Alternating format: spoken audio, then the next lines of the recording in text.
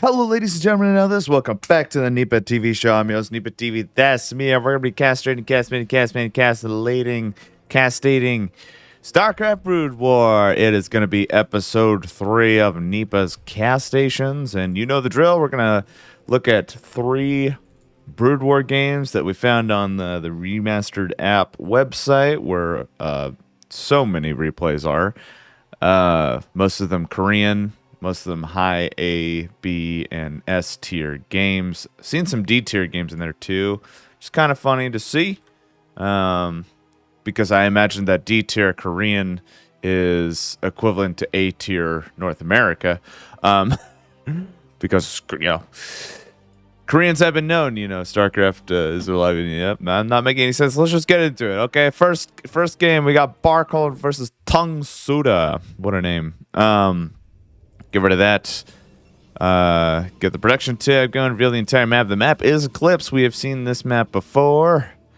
And I'm also actually going to increase the sound a little bit. There we go.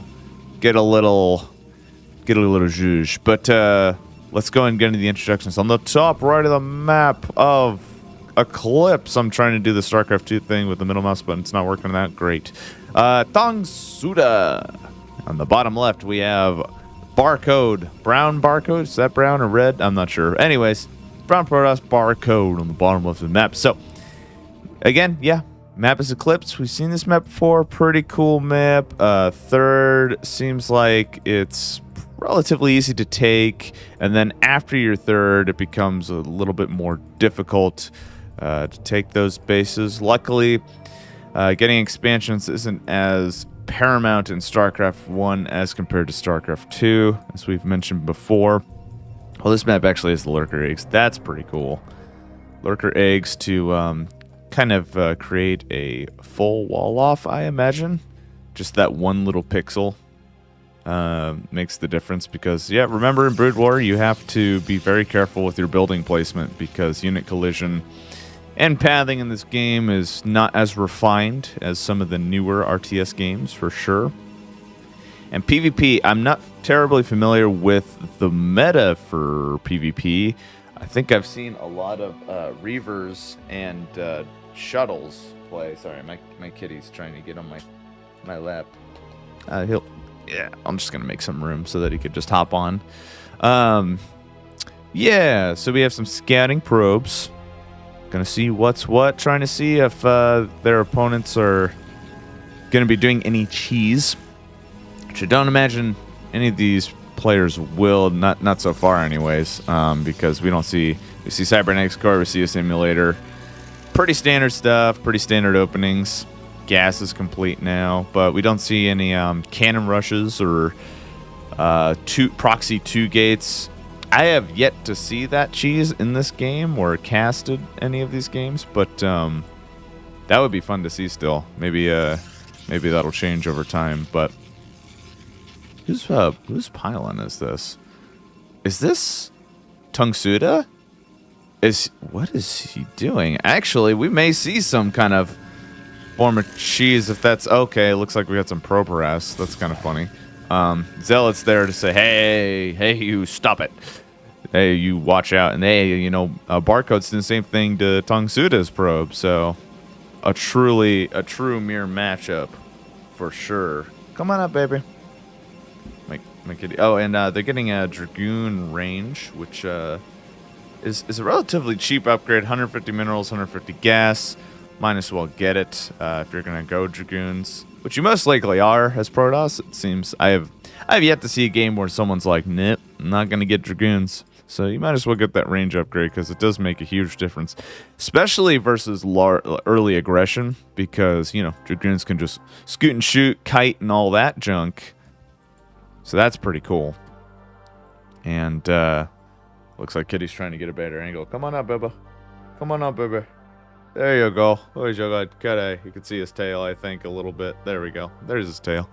Just going to sit on my lap and chill. So, we have more scouting probes moving out. Looks like Tung Suda's Dragoon is sticking back. Yeah. We've yet to see an expansion from both players. We do see an early robotics bay from Barcode, I believe.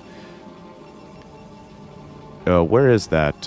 Or is it Tungsuda? I think it's Tungsuda. Tungsuda is the robotics bay. Okay. So we'll probably see some Reavers drops, which I've seen in PvP as well before. Reaver drops are pretty fun to watch. It's definitely micro-intensive, obviously. So we'll see if Tungsuda will be able to manage that as well as macro back home. But that will be interesting. And it looks like, okay, Barcode is going the same route. So both players look like they're going to go for that either Reaver shuttle harass, or they're going to go straight for, I don't know, I guess ground Reavers. I never really see that in multiplayer. Usually in multiplayer games, Protosses will, it's almost mandatory to get a shuttle for those two Reavers. Since that's the max capacity, we actually see an observer bay coming out, or yep, a Protoss observatory, which of course unlocks the observers, and we'll see if either player ends up doing Dark Templar, possibly Arbiters. Pretty cool. That'd be pretty cool to see. I don't really see Arbiters that much in these games. Usually kind of a late game item. But Arbiters are pretty cool with that recall in the stasis field. They definitely make the difference, especially in fights, army, like big fights in the center. Because if you just stasis field a portion of your enemy's army, they can't do anything, and that gives you an opportunity to kill the lesser foes. It's just pretty great stuff. But we actually have an engagement over here. Barker looks like they were trying to engage Tungsuda, but Tungsuda simply just had a lot of Dragoons, a lot more Dragoons now as compared to our Barcode buddy. Barcode buddy. We do have a support bay coming out for Barcode. It's going to be right here. Do we actually see an observer come out? We do see an observer coming out, which will give some key scouting information. That's kind of a cool little animation that Dragoon was doing. That was pretty fancy. And we actually see a Nexus going down for Tungsuda, so going to be able to get some kind of economic lead and a delayed support bay for his Robo Center. So he won't be able to get the Reavers out, but if he is able to establish a base, he will be miles ahead of his opponent in terms of economics. Looks like the two observers are saying hello to each other. Beep boop, pop beep, pop pop. I think he could see it. I would imagine so, or you just barely skipped it. But yeah, do you have Reavers coming out now? Yeah, again, Tungsuda a little behind on the Reaver. Not terribly so, but significantly, because Barcode's going to get it out first. So, and those little advantages make a huge difference at this level. I believe this is a S tier, A tier game, if I am not mistaken. These are all Korean games. I think I found one AR game. I think that's America region. Not sure though. Dang, kitty, what you doing? Wow. Oh, you look at it. He's just standing. He's just standing on my lap. He doesn't even want to lay down. He's like, your legs are not comfortable. So yeah, there you go. Let's see. Scarabs being produced. We have yet to see a forge actually from these players, so no upgrades at all. So they are investing they're pulling their resources into teching for these Reaver drops, which seems highly expensive for these players, but hey, if it works, it works, you know. Got a large amount of probes actually in the main base. From what I'm told from my buddy David, oversaturation is not a terribly significant factor in this game. In fact, you can oversaturate, and I think you actually get more income. It's actually advantageous, but don't quote me on that because I think it's wrong. It's simply incorrect. We actually have Scarab damage being researched from Tungsuda. And interestingly enough, we don't have a shuttle being produced at all. Only for Barcode. Looks like Barcode does have that shuttle out in the field now.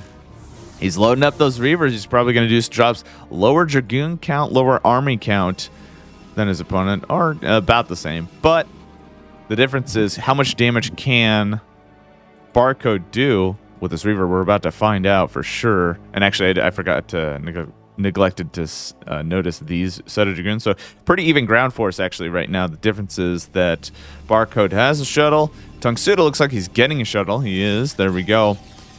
These Dragoons are in position, so PvP looking like a lot of Dragoons. Observer is on the field, does see those Reavers. Let's see how much damage these Reavers can do. Definitely will take out these pylons, forcing a cancel. Actually, not a terrible trade because canceling does get the money back and it isn't completely lost. At least you get some money back, but Reavers are focus firing the Dragoons, and it looks like Tangsuda is forced to go out. He's moving out with the Dragoons, focus firing his opponent's Dragoons, but still staying relatively back. Barcode just simply has a very, quite a nice position, but there are Dragoons on the high ground, which do make a difference. Reaver's doing a lot of damage, and the Dragoon count of Barcode is going down. Tangsuda is holding. Let's see if Barcode is able to capitalize on this. Oh, this Reaver's really low. Isn't able to pick that up, unfortunately. Both players coming out pretty even, but it looks like Tangsuda just simply came out on top and wins the game, forcing Barcode to leave. So, nice first game coming out from our players for the PvP there. Simply just came down to the positioning and micro there. I believe the high ground made a difference for Tangsuda in that engagement, if I were to guess. But let's go into the next game, which is a TVT. This is going to be Barcode versus Barcode 1. So, and the map is Neo-Sifid. As we saw before, let's go and reveal the entire map. Bottom right of the map, we have Barcode, green, teal. Bottom left, we have Barcode 1 as the orange Terran. So, as you've noticed in many other Terran games before, it's most likely going to be Siege Tank Comsat Wars, some World War I action, so we'll be prepared for that. We have also seen some Wraith Harass, Cloaked Wraith Harass in the mineral lines of each player. So if we're able to see that, that'll be fun. A nice nice change of pace. Other than that, let's take a look at the map. Neo-Sifid, known for those neutral creatures that are purple for some reason, or blue, or whatever color that is. Looks like there are some eggs as well. Oh, yes, and this is the map that has 2 choke points, if I'm not mistaken. Just one on this side, so I guess it depends on where you spawn. This is actually a nice position for if you're facing Zerg as Terran, but we are not seeing that this game. We have a decent choke here that could be used as a wall off as well. But this is TVT, so we're not going to see wall offs. We're just gonna construct right in our base, because why would we wall off versus ranged units? Doesn't make sense. In fact, it causes collision and is detrimental. So there you go. I just noticed the bones here. Wow. And what are these? Barnacles? That's interesting. Got some Vespene geysers. Some interesting high-octane stuff going on right now in the early game, for sure. We have a barracks actually being constructed up here. So yeah, Siege Tanks race. I'm trying to remember what late game TVT is, if there is any. I imagine that late game TVT is simply the same as mid and early game TVT. It just comes down to the micro and how much damage you could do. And the edge, Stain, I would say, you could get from playing. So, yeah, both players putting their barracks in a relatively similar spot. Oh, in fact, this side of the map doesn't have 2 choke points as well. It's actually fairly symmetrical. Is there a spawn up here, or is it just these 2 spawns? I imagine it's 3, because this guy, yeah, because Barcode 1 scattered up here. And this spawn also doesn't have 2 chokes, so I was completely incorrect. So, my bad. I guess it's only one. It's one choke point here with an egg and 1 choke point here. So there you go. And a nice tree in the center. A little pretty tree. Pretty tree to try to spruce up the map. And a bush here as well. Do you have a marine coming out? Will it be used to push out? It will make short work of this scouting SCV. Looks like orange. Looks like Barcode 1 is trying to just see if his opponent's doing any tomfoolery. It doesn't look like it at this time. I don't think orange is doing it either. And actually, Barcode 1 opting for... Oh, well, I guess both players are opting for an early expansion. Might as well. It's fairly easy to secure and defend. I would imagine it would be a different situation if it was on a map that, you know, the base was not easy to defend. So there you go. Take a sip of this energy drink. Little yerba mate. And actually, interestingly enough, moving the barracks and building a factory. So what we notice in TVT is the hilarious scouting barracks in the sky, which is always fun to see. A little bit of a war going on right here, and orange barcode coming out on top, actually, and another Marine to boot. This SCV is getting focused down, and actually, I don't think... Yeah, there's actually nothing to defend this, so we'll see how barcode green reacts to this. And he has to pull the boys and try to focus down the Marines, but let's see how much damage the Marines can do. Almost killing that SCV. Excellent micro on barcode green right now.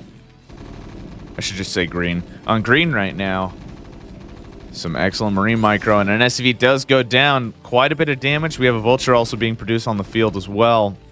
Still need to defend. Here's the Vulture to defend and clean up these Marines.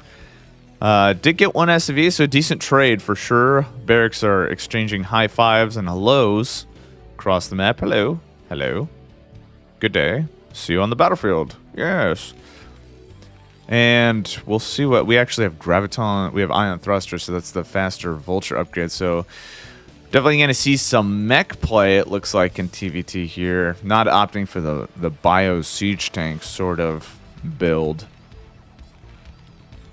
And do we have Spider Mines? I have to imagine we have Spider Mines already upgraded.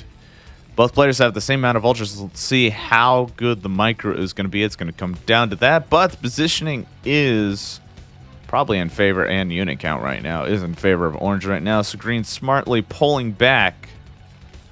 We have the scouting barracks just going to hover over the mineral line. I feel so bad for the SCVs. They're just looking up like, what's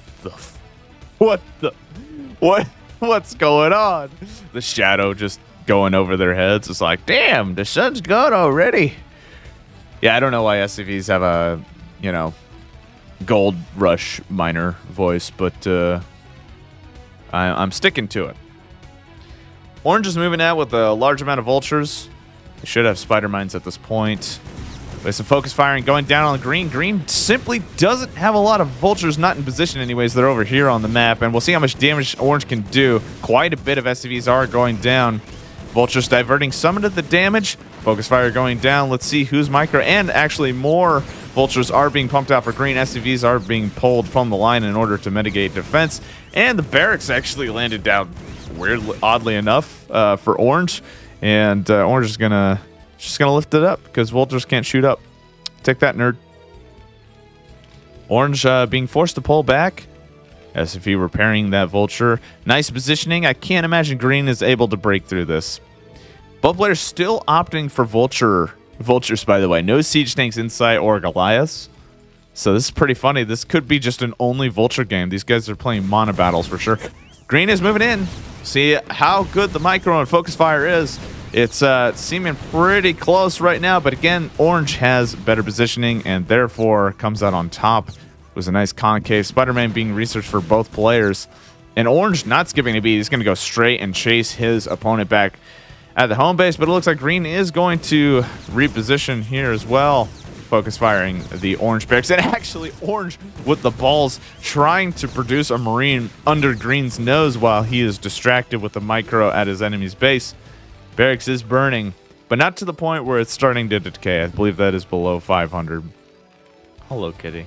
You're just... Oh, you're so cute. You're so cute, baby. Oh, God. Yeah. SCV repairing the Vulture there. Jamie here. My cat is like, why are you yelling so much? Why are you so mad? Spider Mines being put down on the field. Orange doing a nice job of containing their opponent. We'll see what Orange's next move is.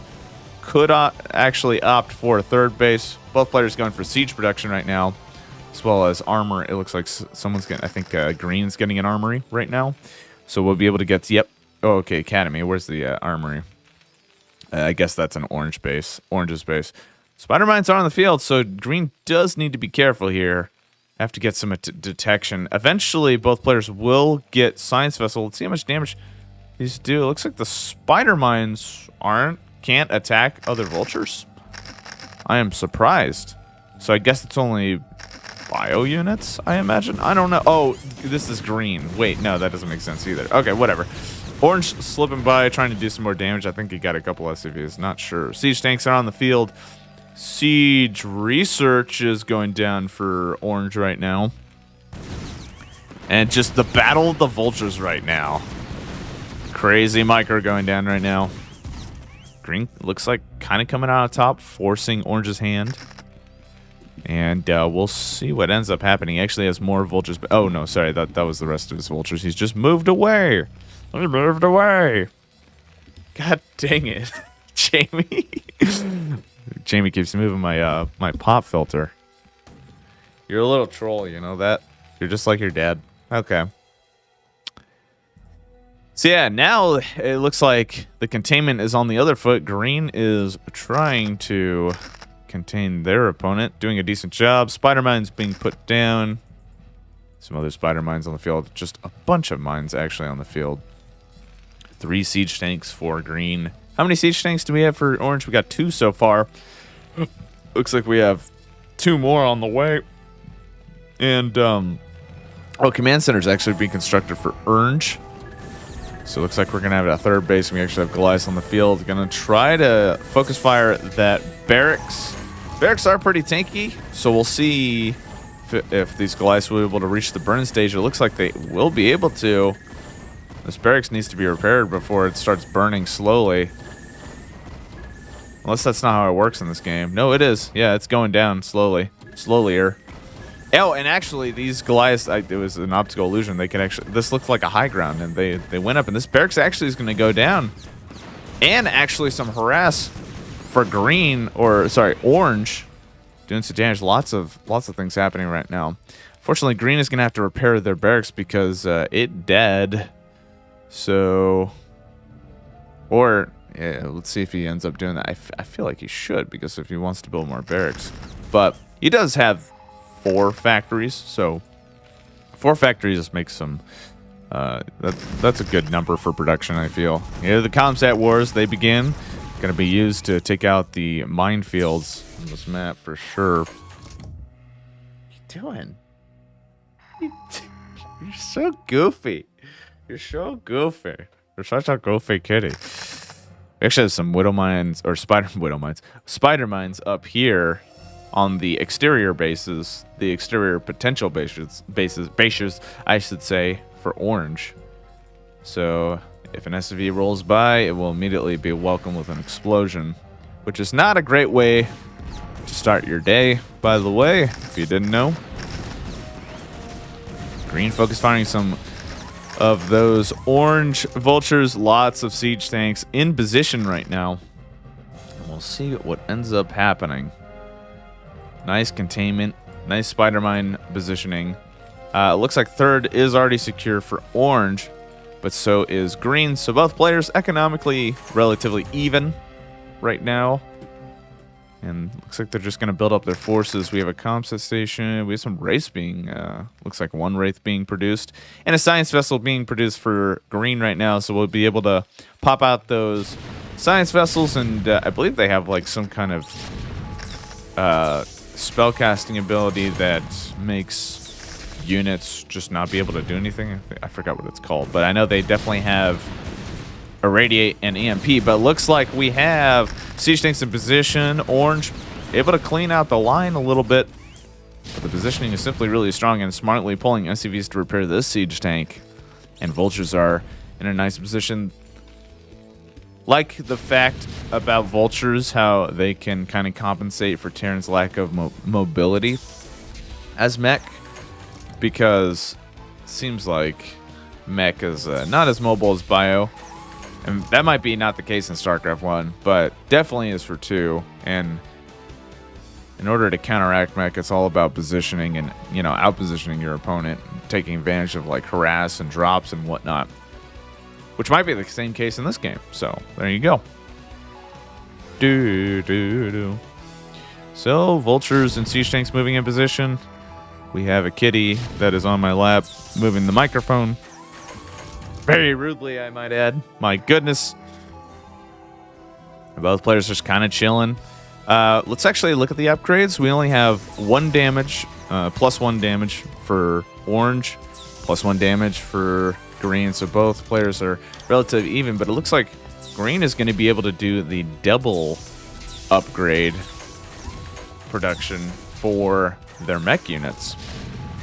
Comset's going down. Siege tanks doing a lot of damage, killing spider mines.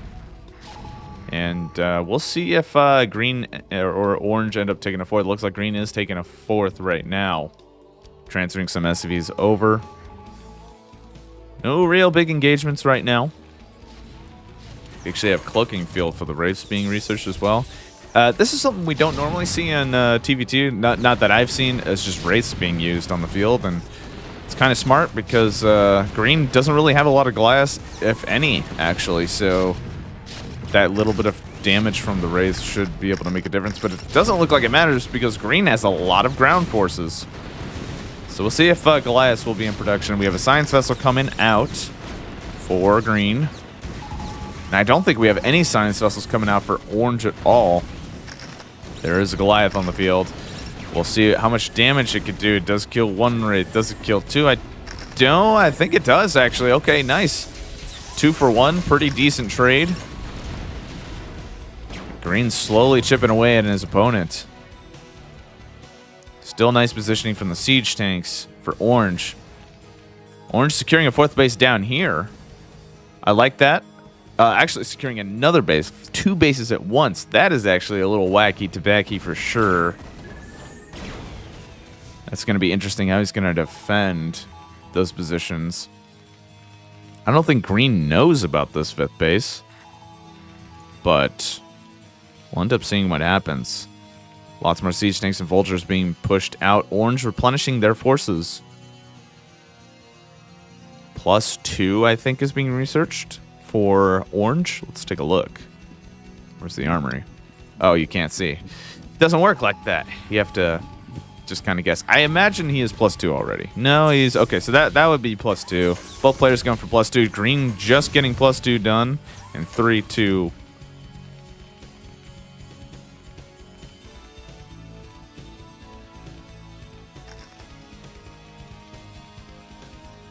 One.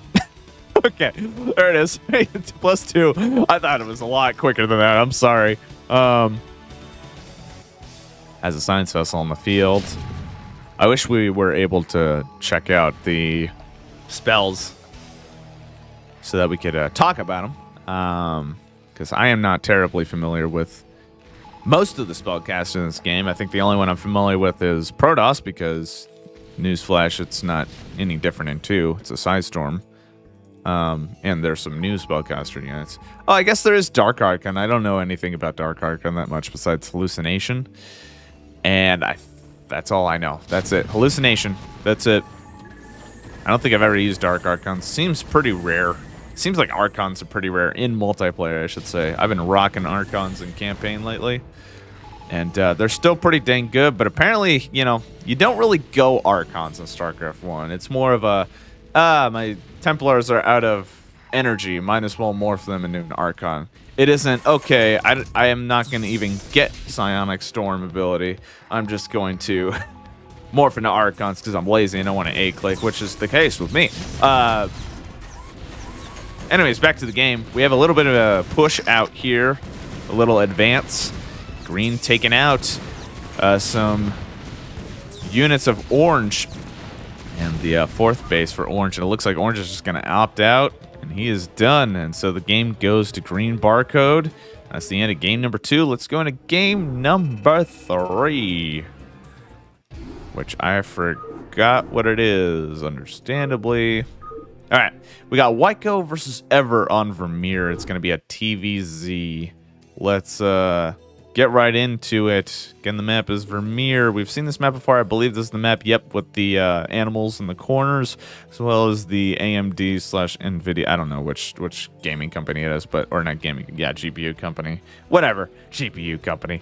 I'm dumb. Let's get into the game. bottom right, Wyko. I feel like we've casted this guy before. So Wyko Mutal 2 as the green Zerg. Top left, we have Ever as the orange Terran. I don't think we've ever casted Ever before. So it'll be interesting to see their playstyle.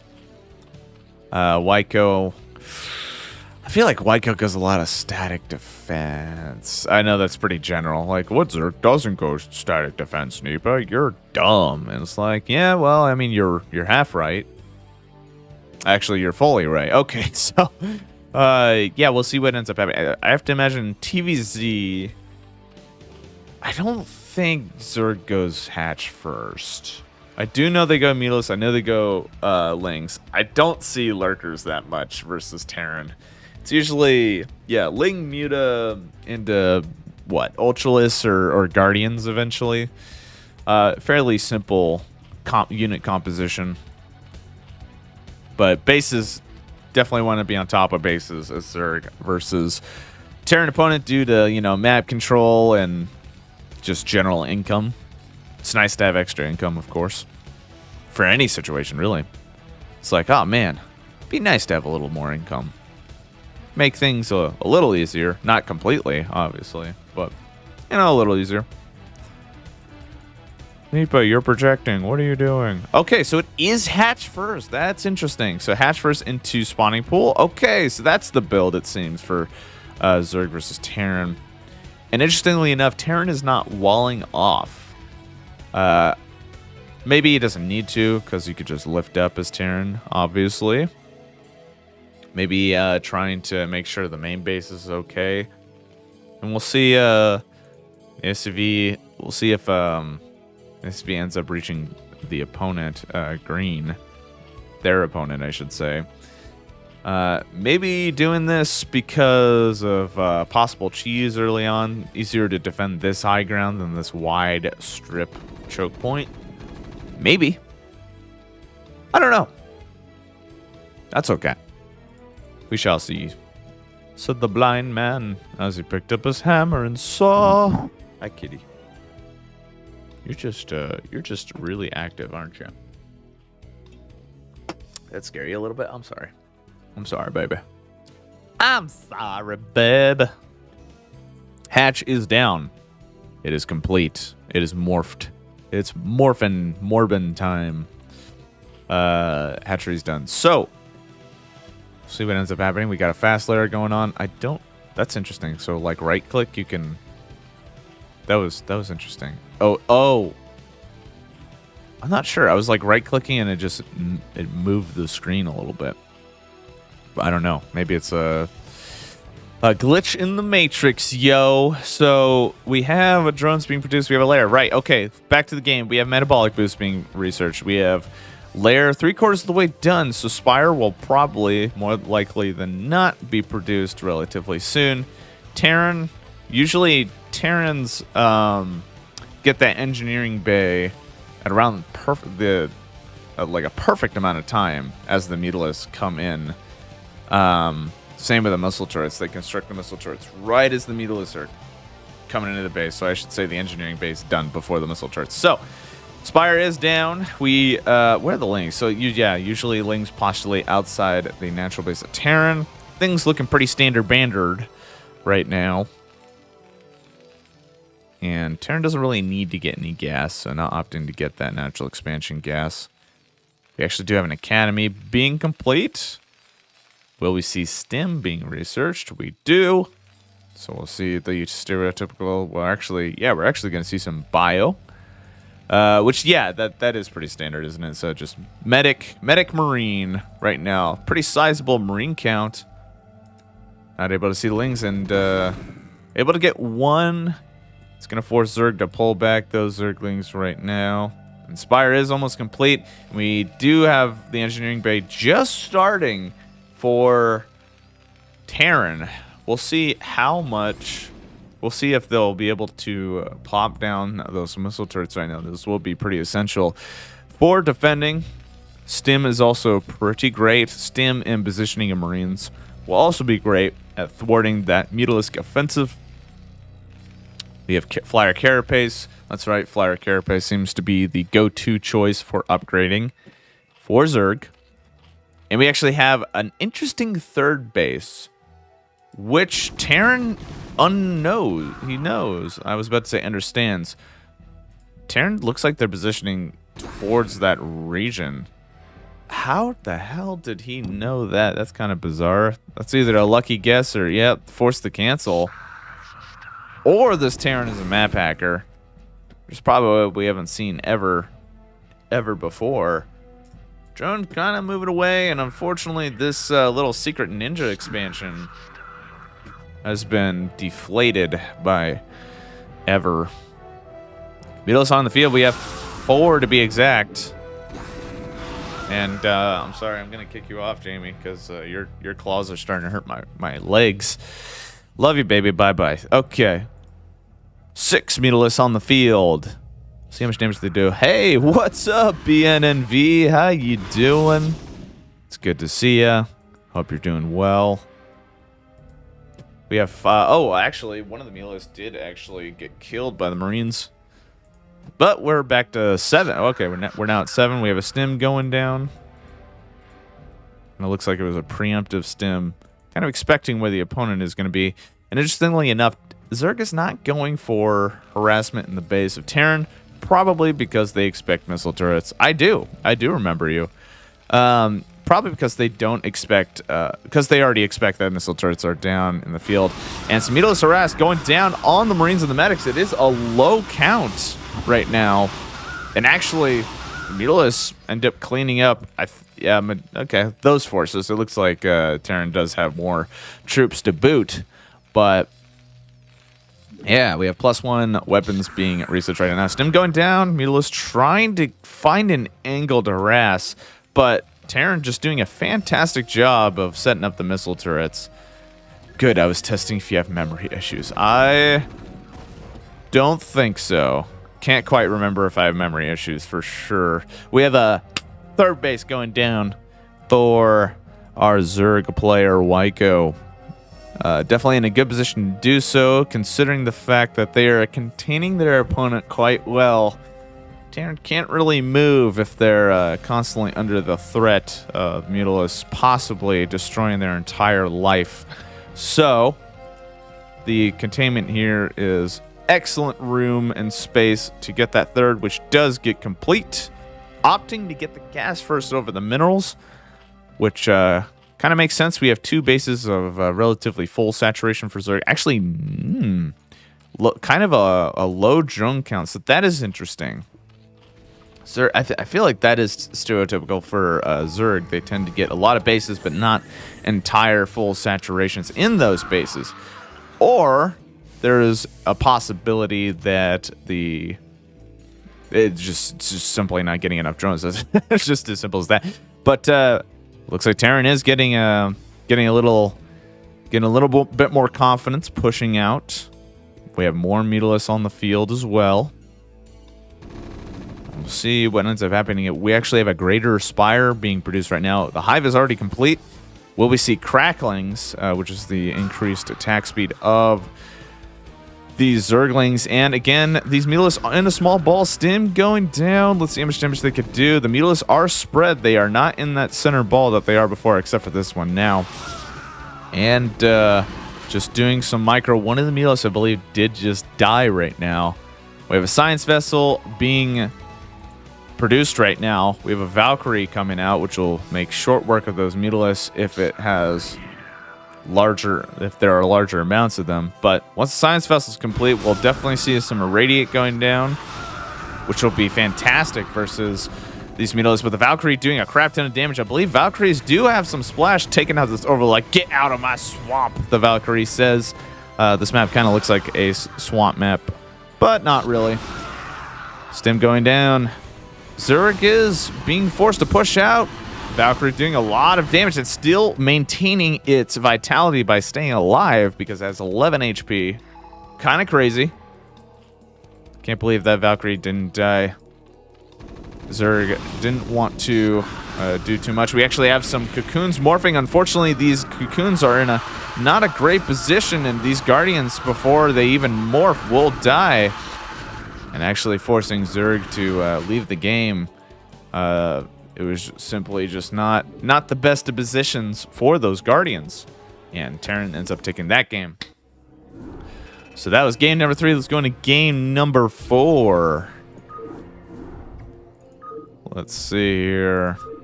We have KFC Joja versus Gwangju Mina ZVP on the map. I forgot. Okay, I think it's Fighting Spirit. Boom, boom, boom. Whoops, boom. Boom. There we go. Okay. Top right of the map, we have... That's brown? Yes, okay. It is the brown Zerg, Gwangju Mina. And then the bottom left, we have KFC Joja. I love that name. That is a Protoss name, if I ever did see one. Just KFC in general. General Sows. Colonel. Haha. Colonel Sanders. Anyways. PvZ. What do we typically see? Stargate, Corsairs, Zealots, Templars. Zerg tends to go Zerglings, Mutalisks, Hydras. I think Lurkers as well. I think that's the typical composition. So we'll probably see that, or we might see some cheese. That could be fun as well. And this is the map with the animals in the corners. So this is definitely not Fighting Spirit, I don't think. But I could be wrong. Could be Fighting Spirit. I don't know. It's a map, you know? It's just a map, bro. And we'll see what Protoss ends up doing. They are going to go for the wall off. And yeah. Nothing really to talk about in the early game. We could talk about these billboards. These are kind of cool. We could just talk about the details of the map. What does it look like in the new graphics? Aha! Ha ha ha. Got some bones. What is this? Oh, that's kind of cool. Little silos. Looks like a turbine of some sort. Maybe to, turbine some things. That's pretty cool. More barnacles, or got a temple here. That's kind of cool. Let's check it out. Ooh, that looks kind of cool in the new graphics. Is this a snake? It is. Wow, what is a snake doing on this map? That's kind of bizarre. But whatever. It's pretty cool to see.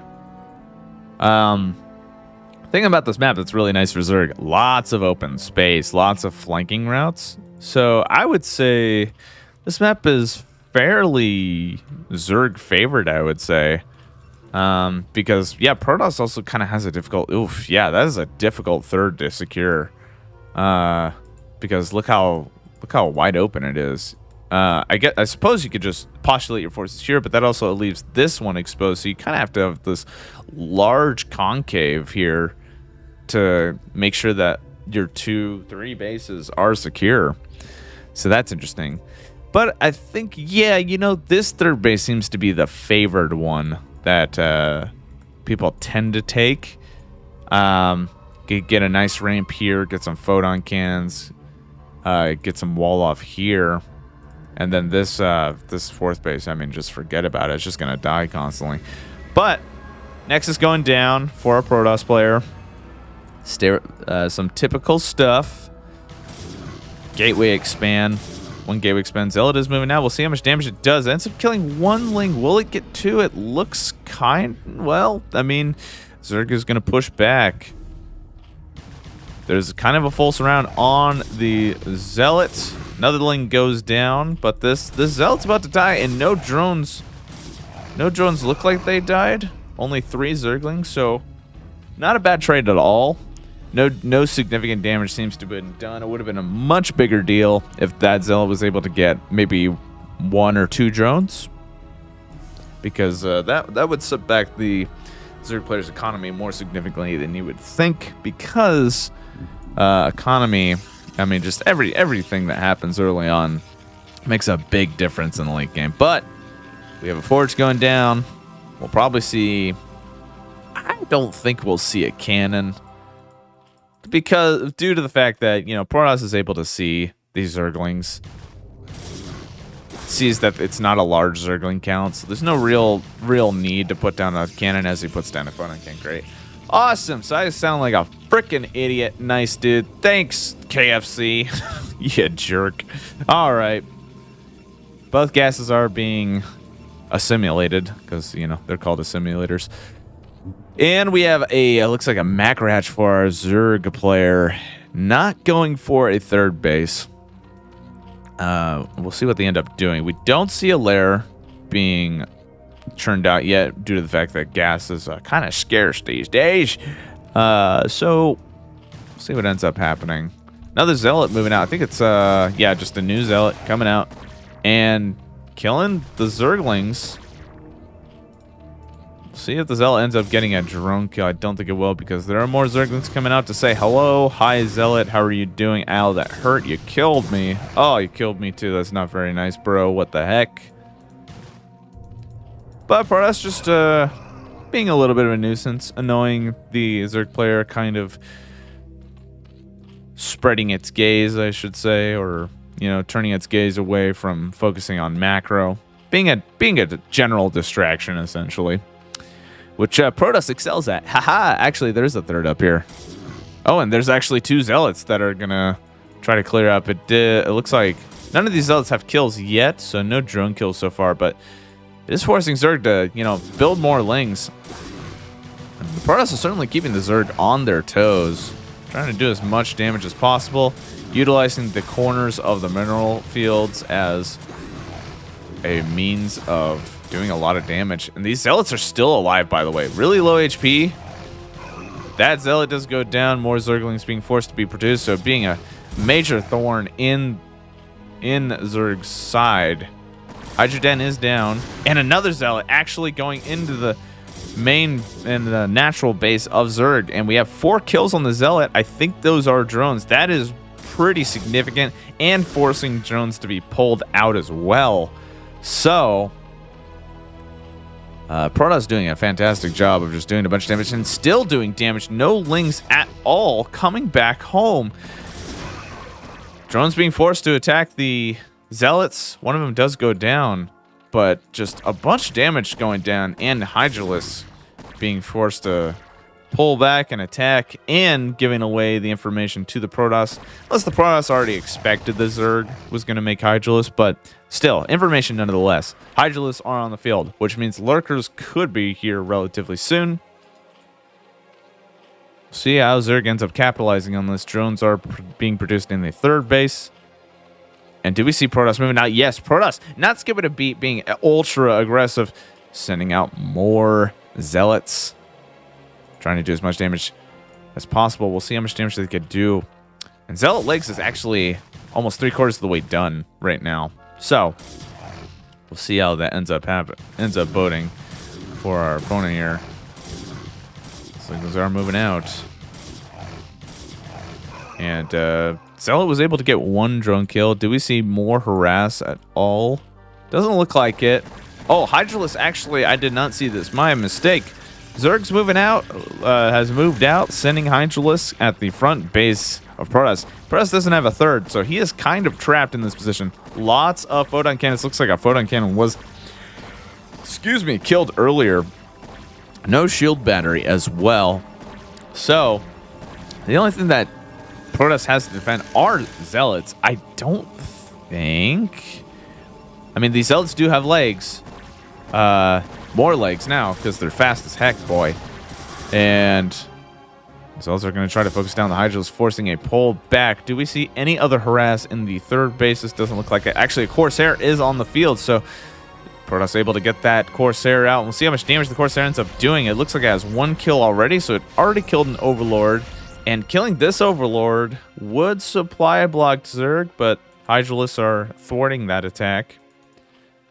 And Protoss just being generally annoying versus our Zerg opponent. I feel really bad for this player. I'm sorry. And we have a Templar Archives being, you know, it's already done. Getting Psionic Storm. See how much damage. Or let's see if we'll end up getting some We have 4 Templars being churned out right now. And that large cacophony of zealots decided to leave their base and go try to take on the world. And boy, man, they are scary. Watch out, world, because these Zealots are taking out these Hydralisks. No scooting and shooting, but nice positioning from the other Zealots. And just simply killing the Hydralisks without really doing any damage towards the Protoss right now. But we have a sunken colony, which will help.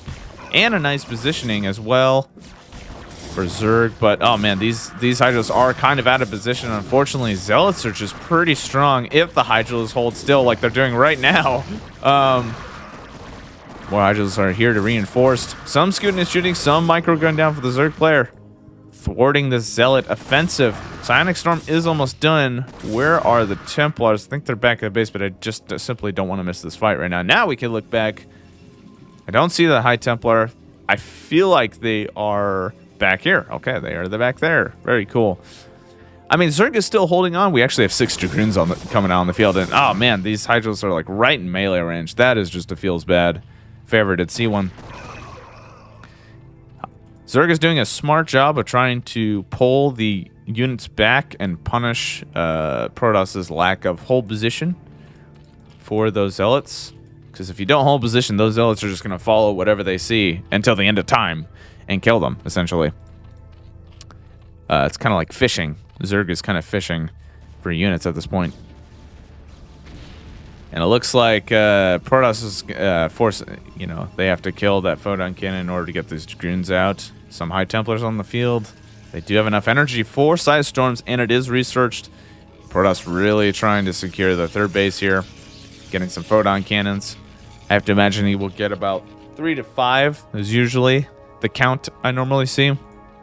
Let's actually look at the upgrades right now. We got 0, 0, 0, 0 right now for Zerg. But I imagine we will see that will change. We have Evolved Carapace and we have Groove Spines, Pneumatized Carapace. I think Groove Spines is range upgrade for Hydralisks, if I'm not mistaken. Yeah, I guess that's just fair to say. It's either that or extra damage, but I can't imagine that would be it. So yeah,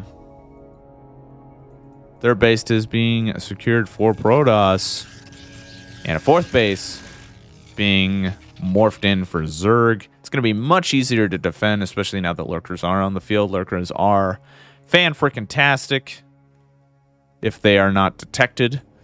And I think Protoss doesn't have an observer bay or robotics bay. Oh, he does have observer. But does he have robotics? Yeah, he does. And he has observers on the field perfectly. Guess they kind of expect Lurkers to be on the field, but let's not skip it. The Hydralisk moving in, trying to focus fire the photon cannon, almost killing it, but Protoss simply has units, and usually units are pretty good versus units that are less than their units. So, yeah, unless they're all probes. But yeah, anyways, more Lurkers being morphed as well, and I'd be curious to see what Zerg ends up transitioning into. Is getting Vengeful Sacks. Will we see some drops? That'd be very cool to see. And K-Darn Amulet, you know, the plus 50 Protoss energy for those High Templars. I normally don't see that much. That's usually like a last upgrade that you get eventually, because you could be spending that money on other things. But I could be wrong too. Maybe you're supposed to get K-Darn Amulet immediately after getting Psionic Storm research. What do I know? I'm just a commentating fool that doesn't even know the game. Not that well, anyways. But that's neither here nor there. As the old folks say, we have a Queen's Nest. That'll be fun to see. I'm not terribly familiar with Queen abilities besides the Broodlings that come out. And I think there's another ability that decreases like the health of units, but not shields. So because I played I was playing the campaign and I was getting absolutely wrecked by Zerg with those Queen abilities, but super cool to see. So Protoss does have +1, and they're moving out. Zerg has +1 needle spines. Oh, it is damage. Okay. But Zerg does have a nice position and has Lurkers. Side Storms are going down. Not doing okay, does kill one Lurker. That is pretty good. And the Zerglings are moving in. Lurkers being moved in position, being burrowed down. See how much damage they end up doing. seeming to only be able to kill these zealots here, but there is a nice concave for these lurkers, and a sunken colony is complete. So, but Protoss not seeming to care, still moving out. More zerglings being moved from the west side, and then we have Hydralisk moving in as well. And the Observer being focused down. That's actually huge because guess what? Protoss can't frickin' see the lurkers. Of course, the lurkers are not really in positioning. And so Side Storms actually do damage to their own troops as well. And Zerg doing a nice job of defending that. And we do have an Archon being morphed in because those Templar don't have enough energy. So might as well turn them into an Archon. And just a really nice position. That in combination with the Observer being sniped was probably the reason why Zerg was able to secure that base. But I think there was some, what was it? Was there a run by or something? Oh, there's a drop. Wow, lurker drops. Hell yeah, dude, that's sick. Do we have lurkers actually in the natural base as well? Let's see how much damage they do. Oh my gosh, doing incredible amount of damage. This is a very annoying position for Protoss to be in. Does Protoss have observers? I don't think so. Not that I see anyways.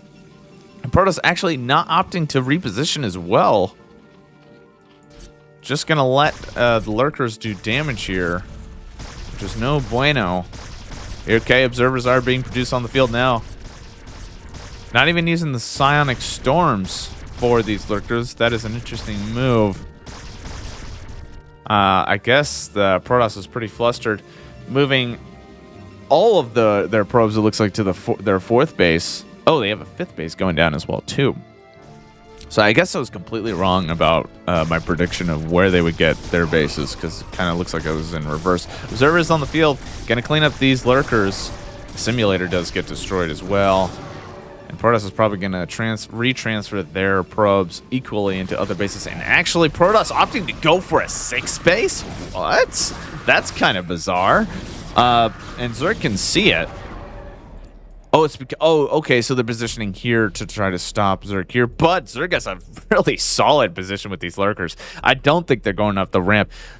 We do have a High Templar kind of getting to the front. Will they Side Storm that ball of lurkers?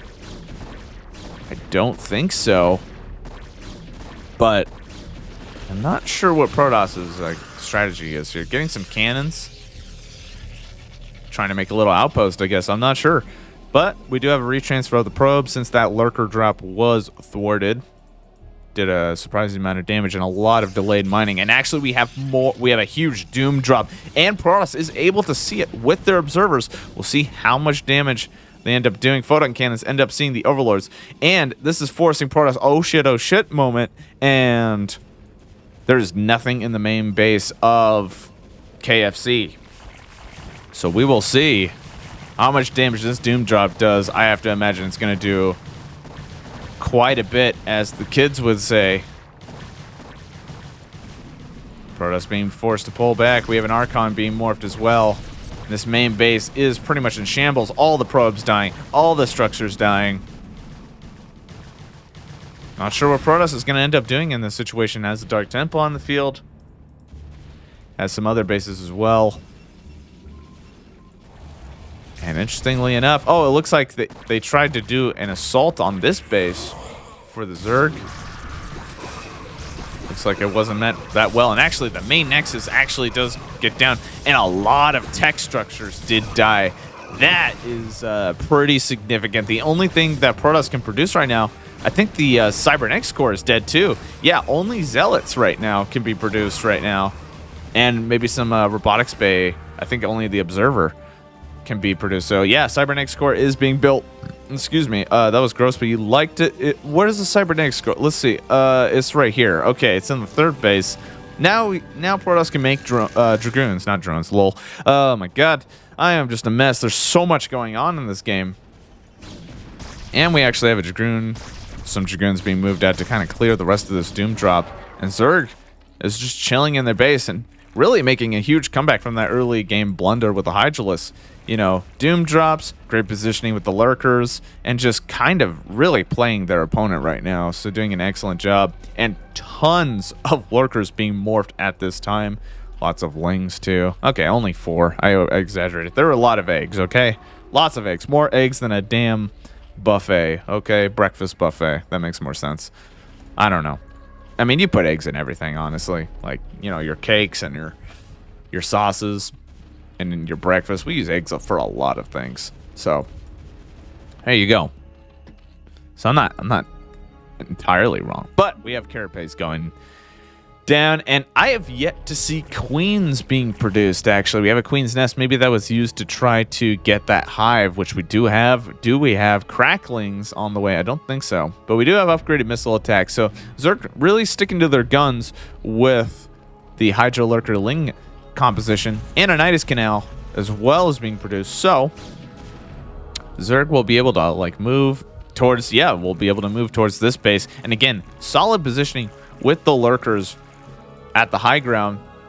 Not kind of interested about this lurker right now, but that's just me being nitpicky. I mean, these guys are like moving all over the map right now, so they can't notice everything. I imagine every little detail. So who cares? We have 3 observers. They will be able to see the lurkers, but there's an overlord here, which is a detector in StarCraft 1. Sidestorm's going down, gonna try to clear some of those lurkers. I guess I'm biting my own tongue right now because this lurker is not really out of position anymore. All right, it looks like Protoss is going to try to move up this ramp, try to do some damage. Observers are on the field. There's an Overlord that does see the observers. Scourge are not being used. We'll see how Zerg ends up reacting. We have a sunken colony as well. Hydralisk, Psystorm's going down. There's Hydralisks up here that are trying to focus fire at these Zealots. And I don't think, okay, this High Templar does have enough energy for another storm. We'll see if it connects with all these links coming out of the Nidus Canal right now.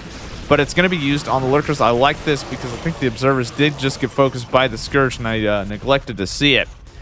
Zerg ending up defending this position still quite well, and at the same time doing a little doom drop, a counteroffensive on Protoss's 5th base.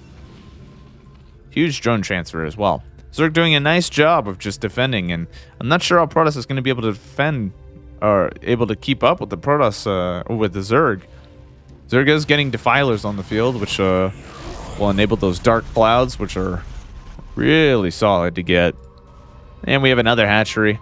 Zerg making, having some nice map control right now. But Protoss is still in this, still has bases. Not a lot of saturation in the main or natural, but Zerg is just simply keeping Protoss on their toes completely. But as you can see, the income is not terribly strong right now, but Protoss is refusing to give up, which mad respect, man. That's sick. Spending the resources on units because they kind of have to, because if they don't have units, they're dead, essentially. So, essentially, yeah. Zergo's pulling back, kind of playing with their food a little bit, maybe. I don't know, but I think it's fine. We do have some overlords that that have units inside them, so we'll probably see another Doom drop relatively soon. And actually, I think Protoss is going to Ninja. No, that is actually a Dark Templar up there. I thought it was a Ninja Nexus, Ninja base. Psystorm going down. Huge Psystorm actually doing a lot of damage. More Psystorms being complete. Zealots moving down. And this might be Protoss's last offensive. This is all the units. Does have a lot of minerals. Could spend it on probes. Right now, he is not producing anything at this moment. Forcing, a cancel on the hatchery. Dark Cloud's going down. Zealots can't do crap under that Dark Cloud. They got to get outside of it. They are doing it now. That sunken colony is still in effect. More Hydralisks. Tons of Hydralisks. My goodness, that is a lot. Psystorm, huge Psystorm on the Hydralisk count. But a nice spread and a nice concave for the Hydralisks. Trying to clear out the Zealots. And the Zealots can't do anything because in that Dark Cloud. And they're just simply getting focused down. And Protoss is trying to pull back. Huge amount of units being produced. This truly is a Zerg game to watch when you see just this massive cacophony, this giant swarm of Zerg moving out. Big Psystorm on this Lurker Ball, making them very low. Again, Protoss not opting to get any of the minerals in the main base. Has a lot of okay, is saturating the natural expansion. That is good to see. And oh my goodness, at the same time, Protoss's other 4th base is going to be completely demolished. There were a few Dragoons to defend, and now they're pulling back. Defilers throwing down those Dark Clouds that can't do anything Protoss kind of at a standstill at a crossroads. What will they do? I think they're going to end up just counterattacking, going straight for the natural base of Zerg. We'll see how much damage they could do. Actually going for this third base. Creep colony is going down. See how much damage Protoss can do. I have to imagine that they will be able to secure this base with ease, but what will Zerg react with? I have to imagine they will do a counterattack as well. We actually have some drops in the base. Lots of activity going on in the map. Third base is going to be destroyed from Zerg right now. Things are looking neck and neck. Lots of Zerglings in the base. There is another Nexus being produced at the main base of Protoss. And if Protoss is able to secure that, they will get more income. But the Zerg threat is looking like it's going to be cleaned up. At the same time, this essentially suicidal force of Protoss is taking out this third base. It probably needs to do more damage and just keep going, honestly. But see, it ends up happening. Protoss is probably macroing like crazy right now, trying to secure and try to replenish their forces in their base. See what Zerg ends up doing. I have to imagine Zerg still has a large amount of units and more units over here. They are able to do more drops at this time. Large Hydralisk and Metalisk count, or not Metalisk, Zergling count going down as well. We'll see. See what ends up happening. We have some, looks like some Zerglings moving out onto the third base of Protoss, taking out the photon cannons. Photon cannons at this point aren't really meant to kill. They are meant to just buy time for units to be repositioned there. Archon being morphed in as well. And Zerg seeming to have a lot of forces. We have a Defiler has full energy as well. This may be the end for Protoss. The unit count is simply too low. And Defiler used that ability. And Defiler did get killed by a Psy Storm. Defiler used that ability that decreases health, it seems, down really low. But the shields still maintain. Protoss still has a little bit of forces here. See how much damage they can do. Every unit lost for Protoss is going to be huge at this point. This game is really neck and neck right now. Zerg being cleaned up a little bit. But lots more forces are on the way. It's not looking good. This may be the last fight of the game right here. The final fight, the final stand of Protoss. Huge concave for Zerg going in on the Protoss right now. And that is going to be it for KFC. A valiant effort. A really good game to watch. Simply just came down to those Doom drops and trying to replenish your base. But what do you do in that situation? Because you need units to defend yourself. That is just a tough position to be in for Protoss for sure. And let's finally go into our last game of the day. We have a ZVZ on Fighting Spirit. The last map was Polypoid, by the way. Random note. But yeah, Fighting Spirit, we have a ZVZ. We have Dabuk 2 as the purple Zerg on the top right of the map. And on the bottom left, we have green barcode. So, green and purple. There you go. So, first game of the day was a ZVZ. We were able to see that Zerg ends up going for... God, I don't remember. I guess my memory is kind of crap right now. I don't know, man. That's insane. Map is Fighting Spirit. That's right. There's a base in the center that people can fight for. And yeah, I think I'm just running out of gas. I'm sorry. Need some, like, water for sure. Oh, here we go. All right. Got a little second wind there with the water. And we actually have cancellation on the extractor there. I think that was an extractor trick, if I'm not mistaken. It looks like it. I've never actually seen an extractor trick in this game, honestly. So that was cool to see. Spawning pool at 8 going down for barcode. I think that is an early spawning pool for sure. Purple doesn't have a spawning pool being produced at this time, so barcode will get a lot of lings. Spawning pool. Oh, a hatch. What? Okay.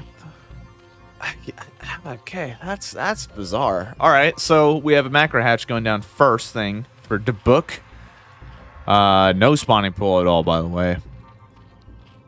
It's not looking in the favor of Dabuk right now because like Barcode right now could just get Lings and straight up just kill their opponent with the proper micro. There is a spawning pool going down now for the book and an extractor. That's right. ZVZ don't typically go for a terribly fast expansion because let's be honest, we're gonna see a lot of cheeses in mirror matchups most likely. So we have a Overlord being pushed out right now, and early gas being produced, trying to get the metabolic boost for the Zerglings to make them super fast speedlings. Lings are out in the field. See how much damage they could do.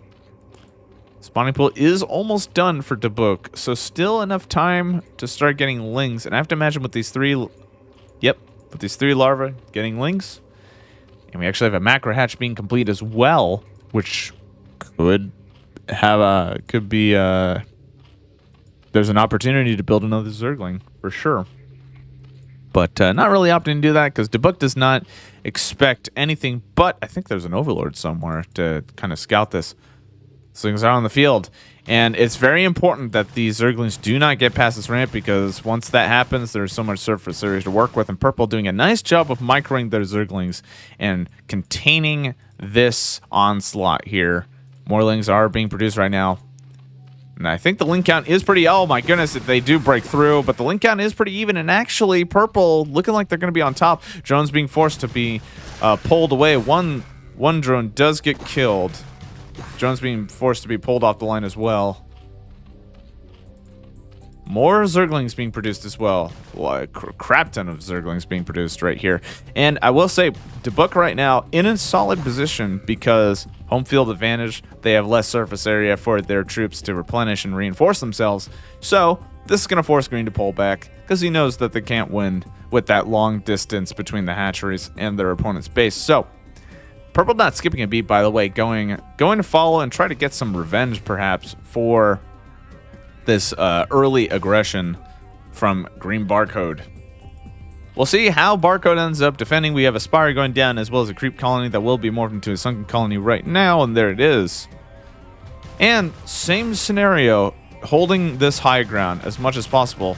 Green does not have a lot of links, but there kind of is an opening right now, and see how much damage they end up doing. And Dabuk's Zergling count does go down, but there is actually an opening for the Zerglings to pull through. And here they go. Sunken Colony is down, though, which will assist in aid with the defense as well. Jones being forced to be pulled off the line. We'll see how Zerg ends up, how Barcode ends up defending. Spire is almost done. We almost have 3/4 of the way done at this time. We'll see what happens. We will certainly see what happens. Oh, it's raining outside. Fun. Classic Seattle weather. Right, we have another creep colony being down, sunken colony being used as well. Sunken colony being morphed into that creep colony. Lots more links being produced, and Dabuk is looking to try to just straight up kill their opponent. But the sunken colony, in addition to, in combination with the drones, is starting to thwart this offensive. However, Barcode is only down to 4 drones, which is is the same amount you get at the start of the game. So that is just not a good position. And look at that mineral count as well. And Dabuk not getting a lair as well, still sticking to the Zergling offensive. But 2 sunken colonies will definitely make the difference in this situation. And unfortunately, this is forcing... Okay, I thought these were going to be Zerglings. Drones are being produced right now. Sunken colonies coming out. More drones being forced to be used as foot soldiers, and lots of damage. Oh my gosh. Down to 2 drones. 3 drones now. 4 drones. Hey, how about that? We're back to where we started. That's good. Zero-sum game. That's pretty sick. I'd be curious to see what Barcode ends up doing. So the good news about this is that Purple is still committing to these links. The longer that Dabuk continues committing, the less of an advantage they get, typically, because they're pulling all the resources towards this and not towards teching. And the thing is that Barcode here could easily get a Mutalisk here and straight up just kill the opponent slowly. Or just get even like 4 Mutalisks right now would be sick. Unfortunately, yeah, I get it, larva and stuff, but And he also needs to get drones. So a lot of decisions and choices need to be made from Barker right now. Lots of options that they could do. They are in kind of this precarious position that is, yeah, just less than ideal. So whatever they end up doing is gonna end up making a difference. I know that's a general statement, but yeah, you know what I mean. We have a layer being almost halfway done for Debuk, so it looks like, yep, Debuk is going to just kind of slow things down, knows they have a massive advantage towards their opponent. So they're going to start teching up. Looks like we have a couple of Zerglings that they end up going into the main base of Debuk. We'll see if Debuk ends up getting a natural expansion, perhaps, or ends up going for the Mutalisk, because we'll see if Barcode ends up doing that too. Barcode in no position to get their natural expansion right now. But we'll see what ends up happening. We'll see what ends up happening. Strone looks like it's about to morph into something. I have to imagine it's okay. It's a macro hatchery as well. And I think Debuk is going to go for a hatchery relatively soon at their natural base. We'll end up seeing. We have a Spire, and Spire's actually... Okay, Spire's being produced, like, right now, so there you go. Don't see any Mutalisks, and things have significantly slowed down for sure for both players. The Sunken Colony is making a massive difference at defending against that Zergling onslaught. Debuk moving Zerglings out, and moving a drone out as well, and I think we're going to see a Ninja expansion right here. Fortunately, not enough minerals at this time, but once we hit 300, I have to imagine that we'll get that third plop down. But we have one Mutalisk to rule them all being produced. I think there's a spore colony. There is. Oh, excuse me. There's the spore colony in the main base of Debuk, and there it is. We have that Ninja expansion going down for him. So already the economic advantage is going to go to Debuk. See how Barcode ends up capitalizing on this. They did get a macro hatchery at this time. We have one Mutalisk on the field. Ends up thwarting some Zerglings. And I think Debuk is going to go for another base. Surprisingly. No, I'm sorry. These are just transfer.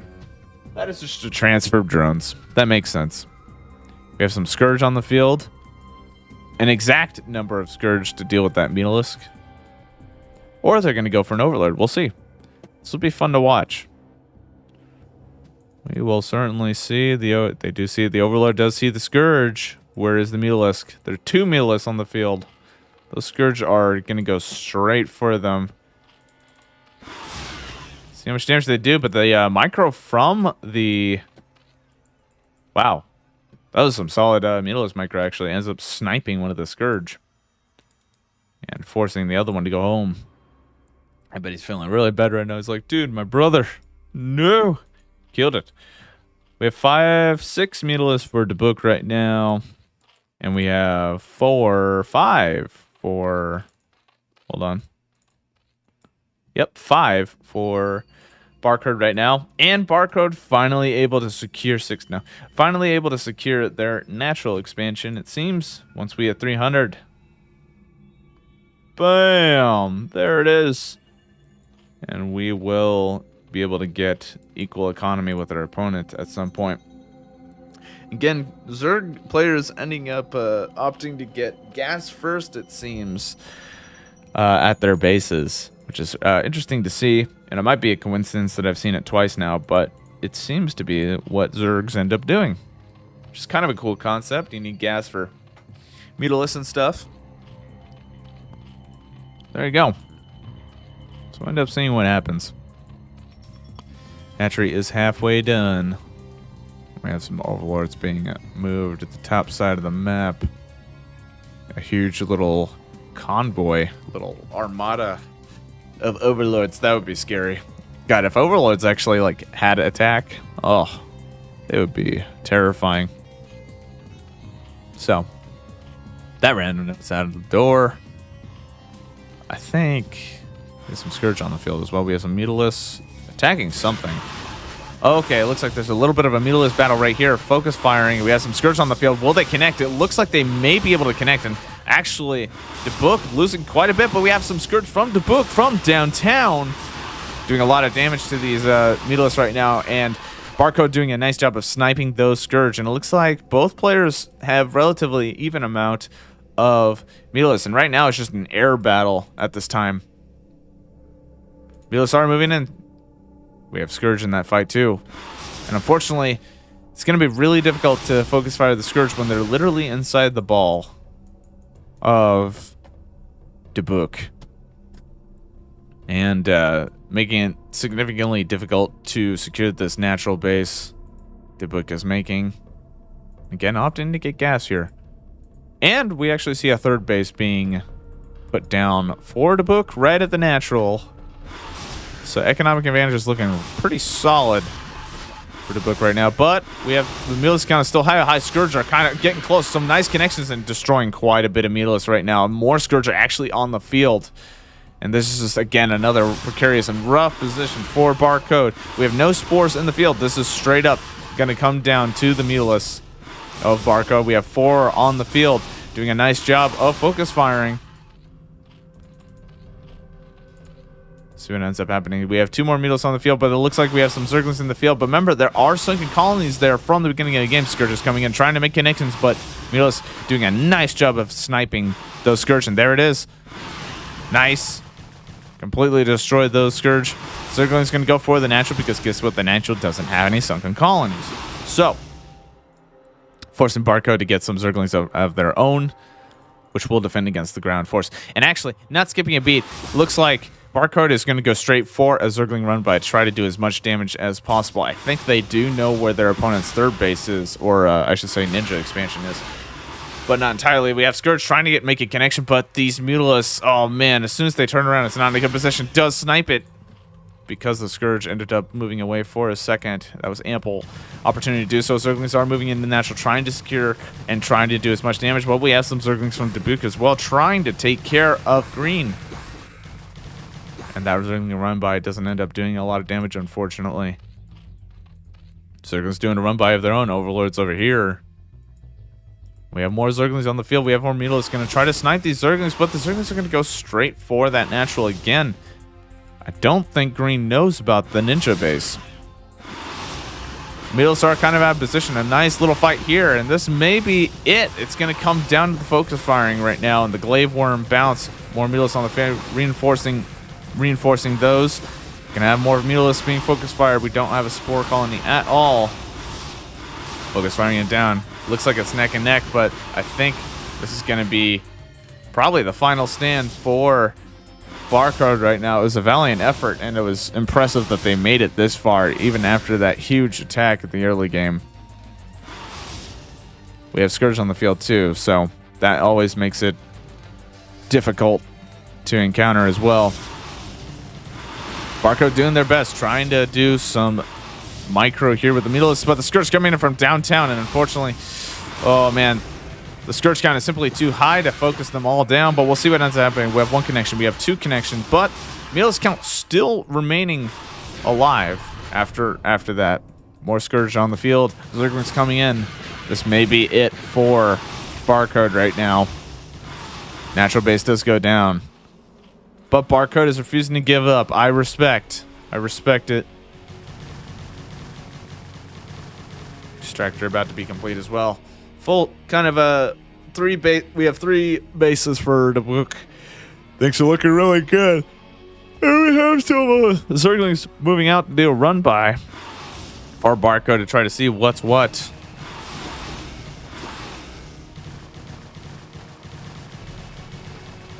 More Mutalisk on in the field. We actually have quite a decent amount of Mutalisk right now. I think Barcode should end up going for Scourge right now. Try to match their opponent, because the biggest difference in these air battles seem to be not only the Mutalisk count, but the Scourges themselves. Again, Dubuque still getting more Scourges. We have the natural base trying to be morphed again, but the Zerglings are there, and the large amount of Mutalisk count is moving in. They're going to just go straight for the Jugular and kill these Mutalisks. Barcode's moving out, trying to snipe these Scourges, doing an excellent job at it. Oh my god, missed opportunity with that Scourge. Almost straight up killing it, but here it comes. Never mind. Mutalisk coming out, and then there was one connection with the Scourge. There's one Mutalisk around. Once this Mutalisk dies, that is going to be it for Barcode. Damn. Oh my god. That was an absolutely valiant effort from Barcode. It just came down to that early aggression and how much damage it did, and the ninja expansion as well. And it was close, though. I mean, there was definitely a chance that Barcode could have taken that, but that was a good game to watch too. I like that. Ladies and gentlemen, others, on that note, I want to appreciate you guys for watching this Castation, and we'll see you next week for another episode. Hope you guys have a good day, and take it easy.